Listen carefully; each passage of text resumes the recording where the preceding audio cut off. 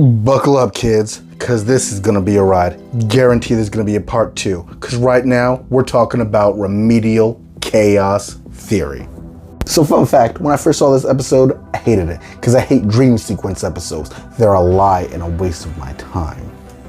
But upon further watching of this episode, I honestly think it's one of the best episodes of the show. I think it might be one of the best episodes of a TV show of all time.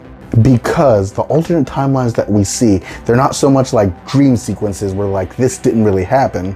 Instead, they're closer to, let's give you a glimpse about what would have happened if only one element or one person was removed. And I think that's a really interesting perspective to tell. It takes the characters that we know and love for several years and say, hey, let's see what we can do with it. So just so you audience members can see this show that's based off of a group dynamic, let's see if we do almost a thought experiment about what happens when one of those is removed and show you how it goes. So I think it's almost like a thank you or a, hey, look inside the mind of this to the audience.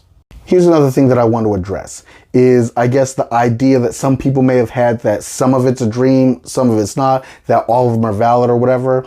It is actually canon. The person who makes the show said that the time where Jeff gets the pizza, that's the prime timeline. That's what actually happened.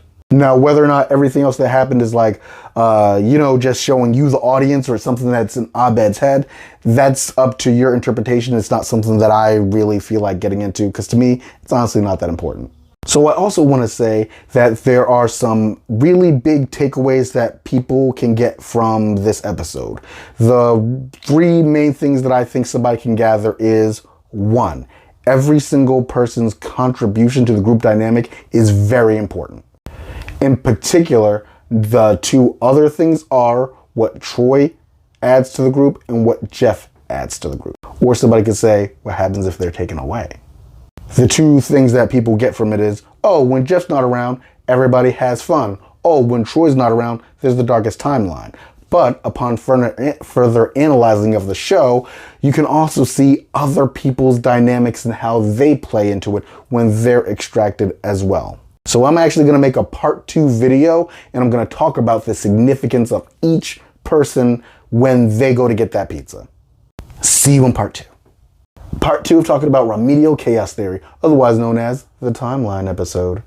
So in this episode, we see what happens when each member of the study group is extracted from the rest of the group and how that affects the group dynamic. So I'm going to go about the different scenarios and what I personally think they mean. You can leave a comment in there and say, hey, you're wrong, you're a liar, here's what I really think they mean.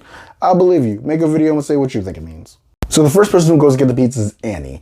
And to be honest, this is the analysis one that threw me off the most, of thinking, well, what does this mean? What does this symbolize? Because to be honest, when Annie leaves, a lot of things are about to happen, but not much actually happens with the rest of the group. And how I take that as is that Annie is the closest thing to a barometer of a normal person who doesn't affect the group, good or bad, whichever the way the group is swaying toward the situation.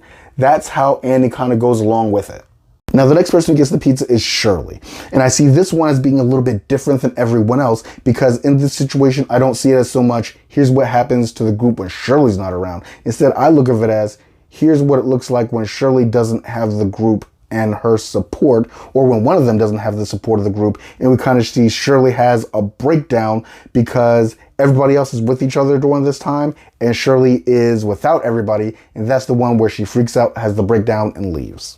Next, Pierce gets the pizza. And to be honest, I feel like this is one of the really telling ones, because this situation was almost the same as when Jeff got extracted. Pierce basically being an older version of Jeff. When Pierce isn't around, that ending, everybody was relatively content. Everybody was pretty happy because Pierce is like Jeff Light.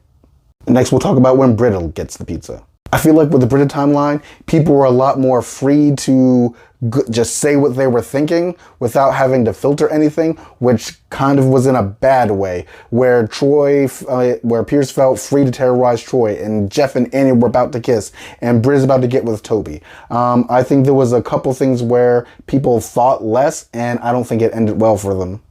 It's not a group that should be thinking less. We saw what happened with Troy. Everybody knows what happened with Jeff. We're not going to hash those out. I will say I did notice that there was some symmetry in the way that Abed's storyline when he went to get the pizza was similar to what happened with Troy. Almost like Abed is to Troy's timeline what Jeff's is to Pierce. And the one last thing that I'll say is that it does make me really happy that the one where everybody was happy and dancing actually was the prime timeline, and that is what happened. Agree, disagree, tell me in the comments. Let's get a conversation going.